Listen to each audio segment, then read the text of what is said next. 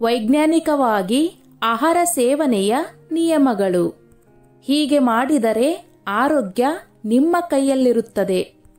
ಮನುಷ್ಯ 2 ಹೊತ್ತಿನ ಊಟಕ್ಕಾಗಿ ಬೆಳಗ್ಗೆಯಿಂದ ರಾತ್ರಿಯವರೆಗೂ ಕೆಲಸ ಮಾಡುತ್ತಾನೆ.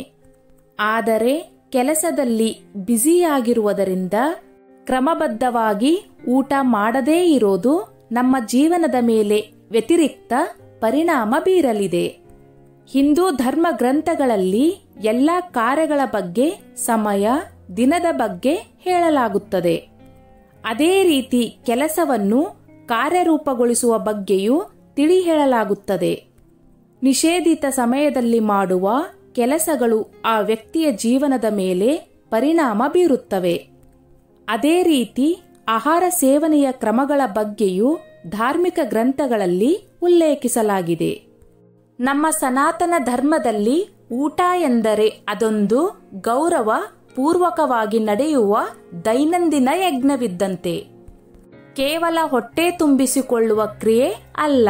ನೆಲದ ಮೇಲೆ ಪದ್ಮಾಸನದಲ್ಲಿ ಕುಳಿತು ಕೈ ಮುಗಿದು ಪ್ರಾರ್ಥಿಸಿ ನಿಶ್ಚಿಂತೆಯಿಂದ ಬರಿಗೈಯಲ್ಲಿ ಸೇವಿಸುವ ಆಹಾರ ನಮ್ಮ ಜಠರಕ್ಕೆ ಅಷ್ಟೇ ಅಲ್ಲದೆ ಆತ್ಮಕ್ಕೂ ತೃಪ್ತಿ ನೀಡುವುದು. ಊಟದ ನಂತರ ಅನ್ನದಾತೋ ಸುಖೀಭವ ಎಂಬ ಒಂದು ವ್ಯಾಖ್ಯಾನ ಅಡುಗೆ ತಯಾರಿಸಿದವರ ಪಾಲಿಗೆ ಸಾರ್ಥಕತೆಯ ಅನುಭವ ನೀಡುತ್ತದೆ. ಧಾರ್ಮಿಕ ಗ್ರಂಥಗಳ ಪ್ರಕಾರ ಆಹಾರ ಸೇವಿಸುವ ಮೊದಲು ಅನ್ನ ಮಂತ್ರವನ್ನು ಪಠಿಸಬೇಕು. ಈ ಮಂತ್ರವನ್ನು ಪಠಿಸುವುದರಿಂದ ಆಹಾರ ಜೀರ್ಣವಾಗುತ್ತದೆ. ಇದು ನಿಮ್ಮನ್ನು ಮಾನಸಿಕ ಮತ್ತು ದೈಹಿಕವಾಗಿ ಆರೋಗ್ಯವಾಗಿರಿಸುತ್ತದೆ.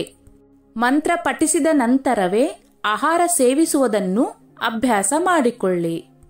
ಶಾಸ್ತ್ರಗಳ ಪ್ರಕಾರ ನೆಲದ ಮೇಲೆ ಕುಳಿತು ಊಟ ಮಾಡಬೇಕು. ಹೀಗೆ ಮಾಡುವುದರಿಂದ ಭೂಮಿಯ ಧನಾತ್ಮಕ ಅಲೆಗಳು ಪಾದಗಳ ಮೂಲಕ ನಮ್ಮ ದೇಹವನ್ನು ಪ್ರವೇಶಿಸುತ್ತವೆ. ಆಹಾರ ಸೇವಿಸುವಾಗ ಧನಾತ್ಮಕವಾಗಿದ್ದರೆ ಅದರ ಸಕಾರಾತ್ಮಕ ಪರಿಣಾಮ ದೇಹದ ಮೇಲೆಯೂ ಕಂಡುಬರುತ್ತದೆ. ಊಟ ಮಾಡುವಾಗ ಒಂದೇ ಬಾರಿಗೆ 3 ರೊಟ್ಟಿಗಳನ್ನು ತಟ್ಟೆಗೆ ಹಾಕಿಕೊಳ್ಳಬೇಡಿ. ಹಿಂದೂ ಧರ್ಮದಲ್ಲಿ ಇದನ್ನು ಅಮಂಗಳಕರ ಎಂದು ಪರಿಗಣಿಸಲಾಗುತ್ತದೆ. ಊಟ ಮಾಡೋದು ಒಳ್ಳೆಯ ಕಾರ್ಯ. ಊಟ ಮಾಡಿದ ನಂತರ ತಟ್ಟೆಯಲ್ಲಿ ಕೈ ತೊಳೆಯಬಾರದು. ಹೀಗೆ ಮಾಡುವುದರಿಂದ ತಾಯಿ ಲಕ್ಷ್ಮಿ ಮತ್ತು ಅನ್ನಪೂರ್ಣ ತಾಯಿ ಕೋಪಗೊಳ್ಳುತ್ತಾರೆ ಎಂಬ ನಂಬಿಕೆಯಿದೆ. ಈ ರೀತಿ ಮಾಡಿದರೆ ನಕಾರಾತ್ಮಕ ಪ್ರಭಾವದಿಂದ ಹಣ ಕಳೆದುಕೊಳ್ಳುತ್ತೀರಿ. ಶಾಸ್ತ್ರಗಳ ಪ್ರಕಾರ ಊಟ ಮಾಡುವ ತಟ್ಟೆಯಲ್ಲಿ ಆಹಾರವನ್ನು ಇರಿಸಬೇಡಿ. ಇದರಿಂದ ಅನ್ನಪೂರ್ಣದೇವಿಯು ಕೋಪಗೊಳ್ಳುತ್ತಾಳೆ ಎಂಬ ನಂಬಿಕೆಯಿದೆ. ಯೋಗಾಸನದಲ್ಲಿ ಪ್ರಮುಖ ಆಸನವಾದ ಪದ್ಮಾಸನದಲ್ಲಿ ಕುಳಿತಾಗ ನಮ್ಮ ಕಿಬ್ಬೊಟ್ಟೆಯ ಮೇಲಿನ ಭಾಗಗಳೆಲ್ಲವೂ ಬೆನ್ನುಹುರಿಯ ಸಹಾಯದಿಂದ ನೇರವಾಗುತ್ತದೆ ಹಾಗೂ ಪೆಲ್ವಿಕ್ ಸ್ನಾಯುಗಳು ಹಿಗ್ಗುತ್ತವೆ. ಇದರಿಂದ ನಾವು ಸೇವಿಸಿದ ಆಹಾರವು ಜೀರ್ಣಿಸಿಕೊಳ್ಳುವುದಕ್ಕೆ ಸಹಕರಿಸುತ್ತದೆ. ನೆಲದ ಮೇಲೆ ಕುಳಿತಾಗ ಮನಸ್ಸು ಪ್ರಶಾಂತಗೊಳ್ಳುತ್ತದೆ ಹಾಗೂ ಸ್ಥಿರತೆಯನ್ನು ವೃದ್ಧಿಗೊಳಿಸಿ ಆಹಾರದತ್ತ ಗಮನ ಹರಿಸಲು ಸಾಧ್ಯವಾಗುತ್ತದೆ. ನಮ್ಮ ಕುಟುಂಬದ ಸದಸ್ಯರೊಡನೆ ಸಮಯ ಕಳೆಯಲು ಇದೊಂದು ಸುಯೋಗವಿದ್ದಂತೆ ಎಲ್ಲರ ಅಭಿರುಚಿ ತಿಳಿಯುವ ವೇದಿಕೆಯೂ ಹೌದು. ಕೆಲವು ಅಧ್ಯಯನಗಳ ಪ್ರಕಾರ ಕೆಳಗೆ ಕುಳಿತು ಊಟ ಮಾಡುವವರು ಯಾವುದೇ ಸಹಾಯವಿಲ್ಲದೆ ಏಳಲು ಶಕ್ತರಾಗಿದ್ದಲ್ಲಿ ಅವರ ಆಯಸ್ಸು ವೃದ್ಧಿಸುತ್ತದೆ. ಬರಿಗೈಯಲ್ಲಿ ಊಟ ಮಾಡುವಾಗ ನಮ್ಮ 5 ಬೆರಳುಗಳು ಸೇರಿ ಒಂದು ಮುದ್ರೆ ರಚನೆಗೊಳ್ಳುತ್ತದೆ. ಇದು ಪಂಚೇಂದ್ರಿಯಗಳನ್ನು ಪ್ರೇರೇಪಿಸಿ ಮೆದುಳಿಗೆ ಸಂದೇಶ ರವಾನಿಸುತ್ತದೆ.